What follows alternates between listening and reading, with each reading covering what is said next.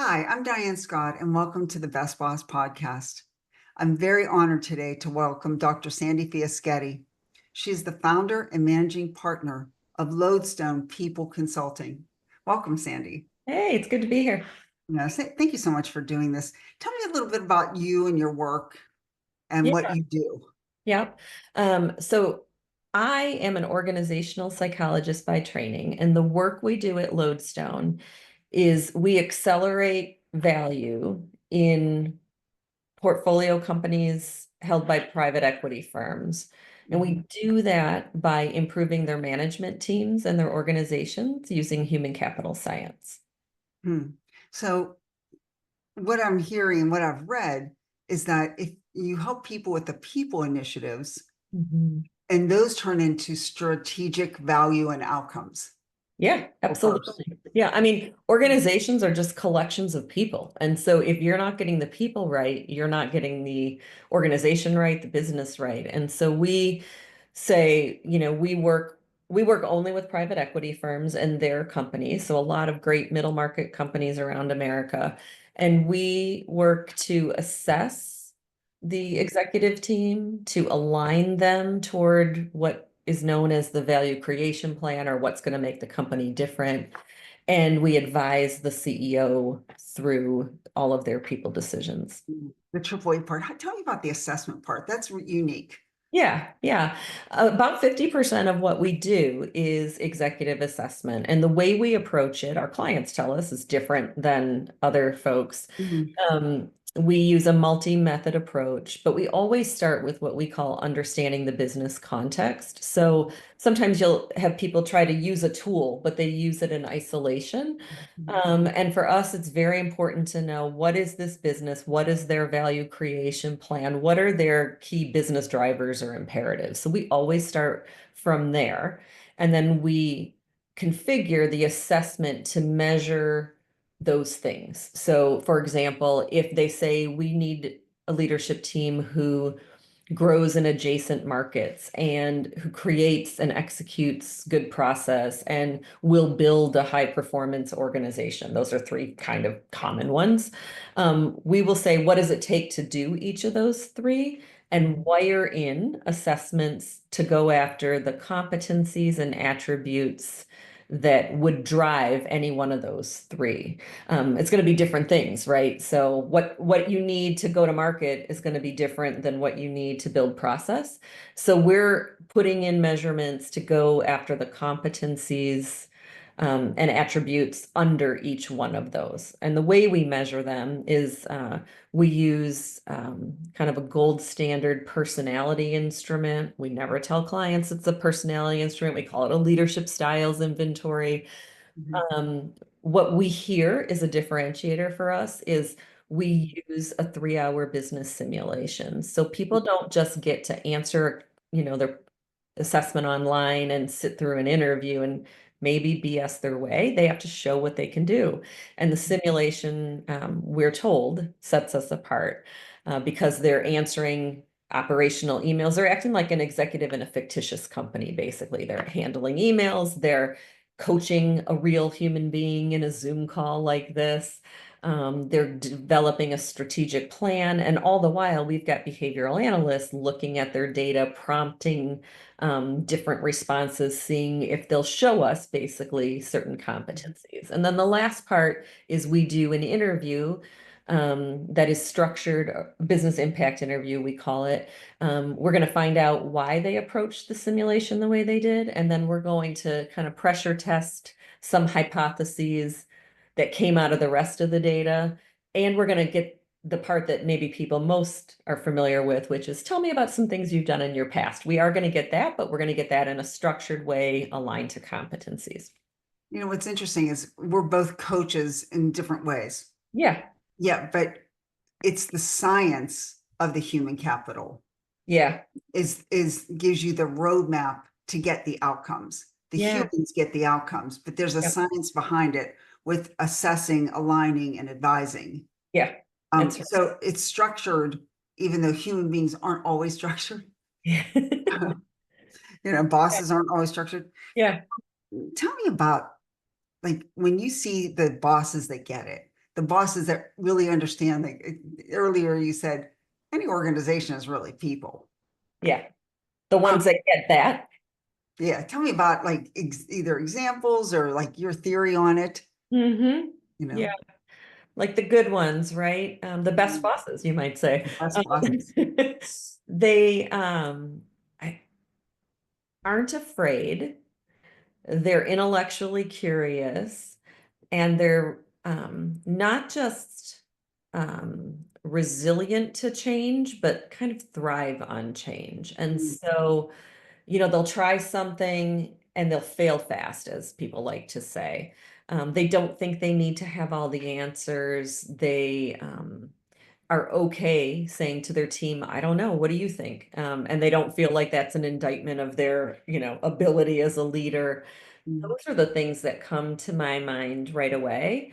And also, I think the ones that get it realize it would be a very lonely and miserable and impossible task to lead, to take care of all of an organization on your own. So don't mm, even try. Empower the people around you.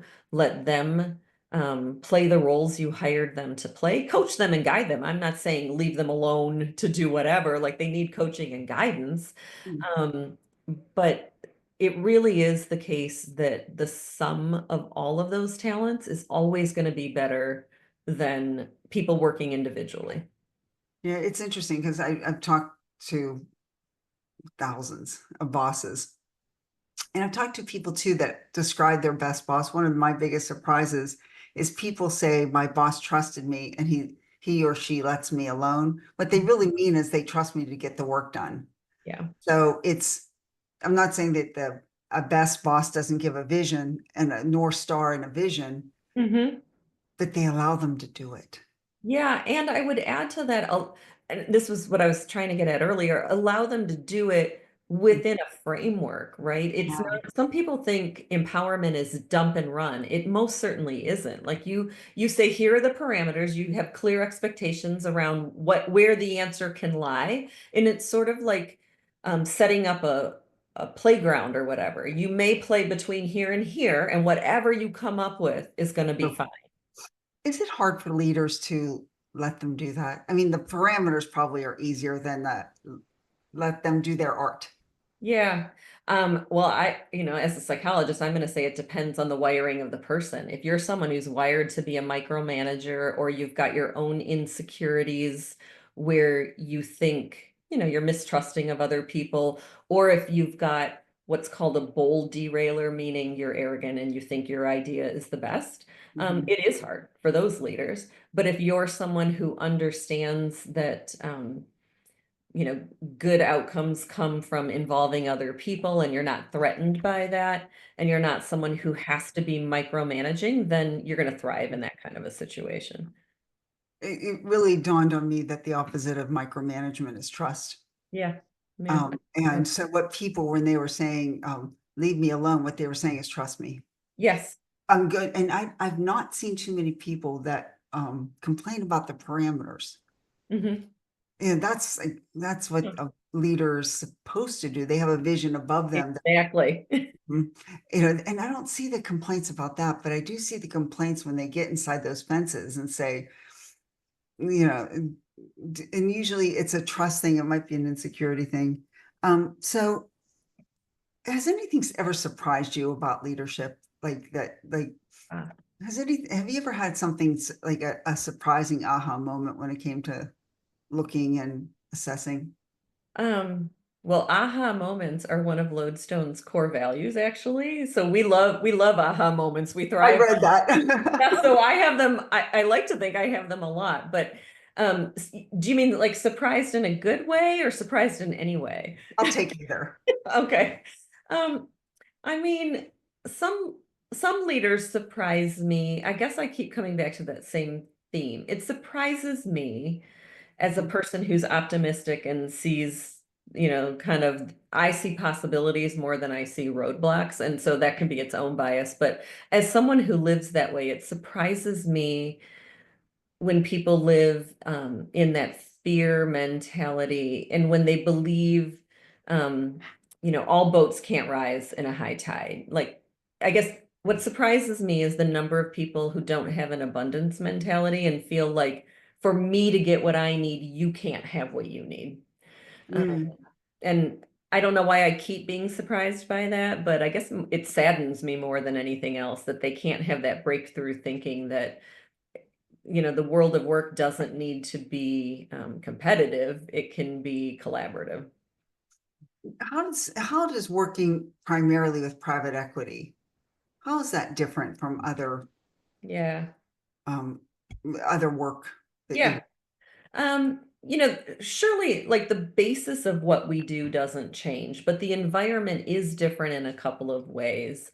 Private equity is set up to turn companies quickly. They are typically investing and they like to say they're holding for 3 to 5 years. The last few years, it's been closer to 7 in a lot of cases. Oh. But in any case, it's an accelerated pace on everything. And so the whole goal of private equity is to buy something and to create value and be able to sell it at, a multiple of much more than what you bought it for. I mean, that's the basis of it. And so, to do that, you have to create value. This is where they get this term of value creation plan and why we say we help accelerate value. So it's all about how fast can you make changes? And it used to be they would just do some financial engineering, a lot of stuff with spreadsheets and debt and things that are, not really things I'm expert on. But that's when they started to realize, oh, there's people in these Mhm. organizations. And if you fix some of the operational things and the structural things, and yes, the culture and the people things, we're going to add value beyond what that financial engineering can do. And so it's different in that the pace really, I know a lot of places say, oh, change happens all the time around here and we move faster than everyone. It is true in private equity from my experience as compared to public companies. It keeps coming back to those people initiatives, as strategic business value creation. Yeah. Yeah. It's Exactly. actually the core of the best boss and what I've discovered. Take care Yeah. of the people, the outcomes will follow faster, actually. Yes. Exactly. Exactly. Faster, which is a private equity mantra, I suppose. Yeah. Yeah. The You know, whole time you've been living with a private equity approach, you just didn't know. I just didn't know it. It's interesting. Thank you. This is so insightful. Can you tell me who your best boss was? Um, I think my best boss by name or by story or Either. yeah. I can think of a couple. There's a guy named Fred Smith who comes to mind and a guy named Frank Schneider. Each were my boss at consulting firms in the past. Frank was or um, Fred was my first real boss when I finished my PhD and left an internship and worked full time. And Mhm. Frank was when I went back to consulting after having been in automotive. And so I was at a different firm. But in both cases, it comes back to they trusted me, they believed in me, and they let me do big things and Mhm. supported that, even when the results came back slightly differently than they would have been able to do it, or they would have done it themselves. And so for me, those best bosses are about that, setting the fences and letting me play. Mm. And how is that carried through your whole career, even though it was early on? Well, certainly when someone backs you and believes that you can do that early on, you believe that about yourself. And so the next role you go to, you think, of course I can do this because Fred told me I could. Now, Yeah. sometimes you run up against people who don't give you that same latitude and then you make choices and you leave there, right? But but I think it definitely helped me believe that I can and should be doing more and that I shouldn't be constrained. Mm. It's so fascinating. I really thank you for your perspective, Of course. as we are looking in a new world of faster turn, Yeah. value. What's the value? And you Yeah. realize your company is really people. Hmm. You can't, it's not a widget, it's a person. It's not a thing. It's a Yeah, that's people right. piece. And how do you take that human capital? But you have introduced the science part of it, Hmm. when you're doing that assessing, aligning, and advising, Hmm. to make it more of a process and not just a pipe dream. Yeah, yeah. So, I really thank you. So this is Dr. Sandy Fiaschetti. I'm Diane Scott. This is the Best Boss Podcast, and thank you for being on our show. Oh, you're welcome. Thank you. Bye-bye.